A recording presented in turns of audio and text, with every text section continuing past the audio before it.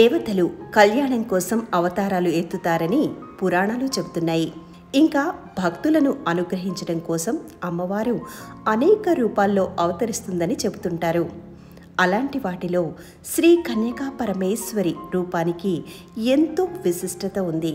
కన్యకా పరమేశ్వరి దేవిగా అవతరించి అక్కడి వైశ్యులకు కులదేవతగా మారింది. ఈ రూపంలో అమ్మవారు కొలువుతీరిన ఈ క్షేత్రం పశ్చిమ గోదావరి జిల్లాలోని పెనుగొండలో విలసిల్లుతోంది. మరి ఈ వాసవి అనే కన్య ఆ పరమేశ్వరి అవతారం ఎత్తడం వెనుక పురాణగాథ ఏమిటి? ఎందుకు అలా అవతారం ఎత్తాల్సి వచ్చిందో తెలుసుకుందాం.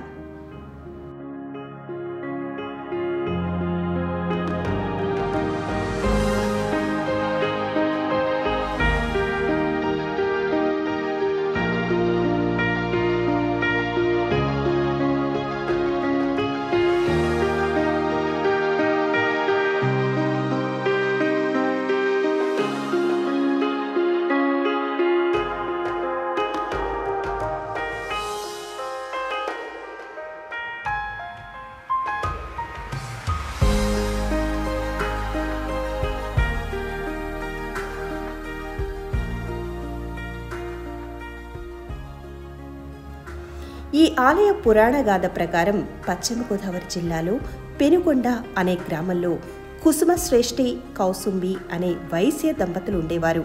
వీరికి పెళ్ళై ఎన్నేళ్లు గడిచినా సంతానం కలగలేదు. అందుకని కుసుమశ్రేష్ఠి యాగం చేశారు.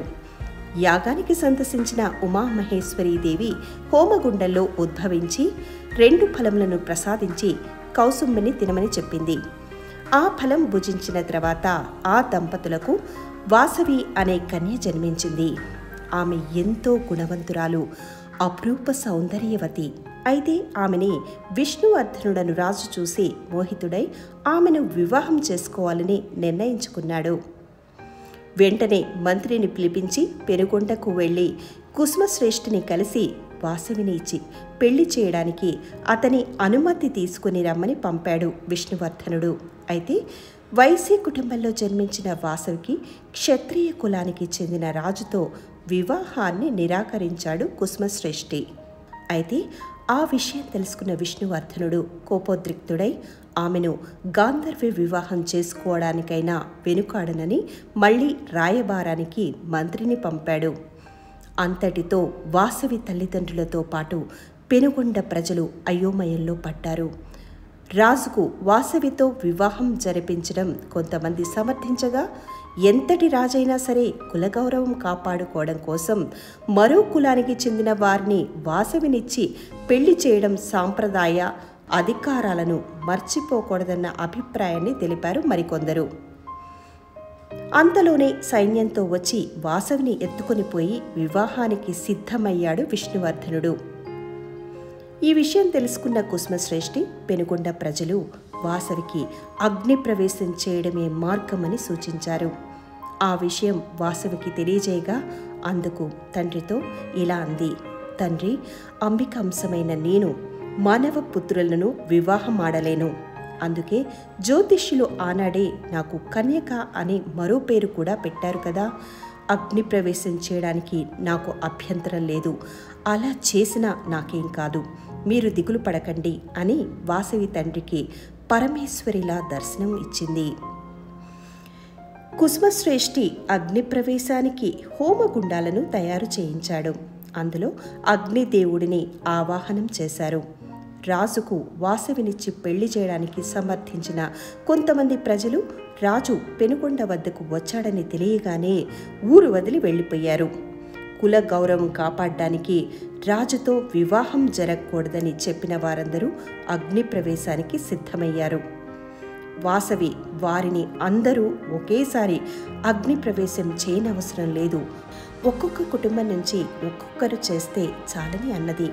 వాసవి తల్లిదండ్రులతో పాటు అగ్నిగుండానికి 3 ప్రదక్షిణలు చేసింది. అందరూ అగ్నిగుండంలోకి దూకి ఆహుతులయ్యారు. వాసవి కూడా అగ్నిగుండంలోకి దూకగా ఆమెను తాకిన అగ్నిజ్వాలలు శాంతించాయి. అంబిక తన విశ్వరూపాన్ని చూపింది. ఈనాటి నుంచి మీ కులదైవంగా ఉండి నిరంతరం మిమ్మల్ని కాపాడుతాను, నన్ను ఆరాధించి పూజించిన వారు అష్టైశ్వర్యాలు పొందగలరు. నన్ను కాపాడటం కోసం అగ్నికి ఆహుతి అయిన వారందరూ మోక్షం పొందుతారని తెలిపింది వాసవి. పెనుగొండ ప్రజలు దేవి ఆజ్ఞ మేరకు వాసవి కన్యకా పరమేశ్వరి ఆలయాన్ని నిర్మించారు. ఆలయంలో వాసవి విగ్రహాన్ని ప్రతిష్ఠ కావించారు. వయసుల కులగౌరవం కాపాడడం కోసం అగ్ని ప్రవేశం చేసి ఆత్మత్యాగం చేసిన తల్లి ఆ వాసవిదేవి. వంశ ప్రతిష్ఠ కోసం కన్యగానే ఆత్మాహుతికి సిద్ధపడిన వాసవిదేవి త్యాగ నిరతి కొనియాడబడింది.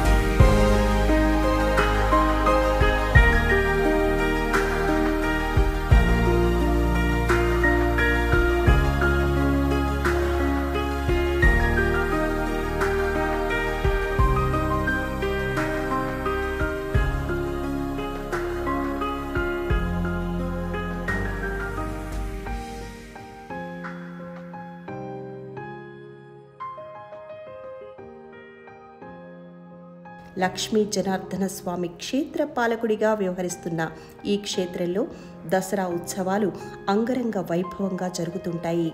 ఈ ఉత్సవాలను తిలకించేందుకు చుట్టుపక్కల ప్రాంతాల నుంచి భక్తులు అధిక సంఖ్యలో వస్తుంటారు.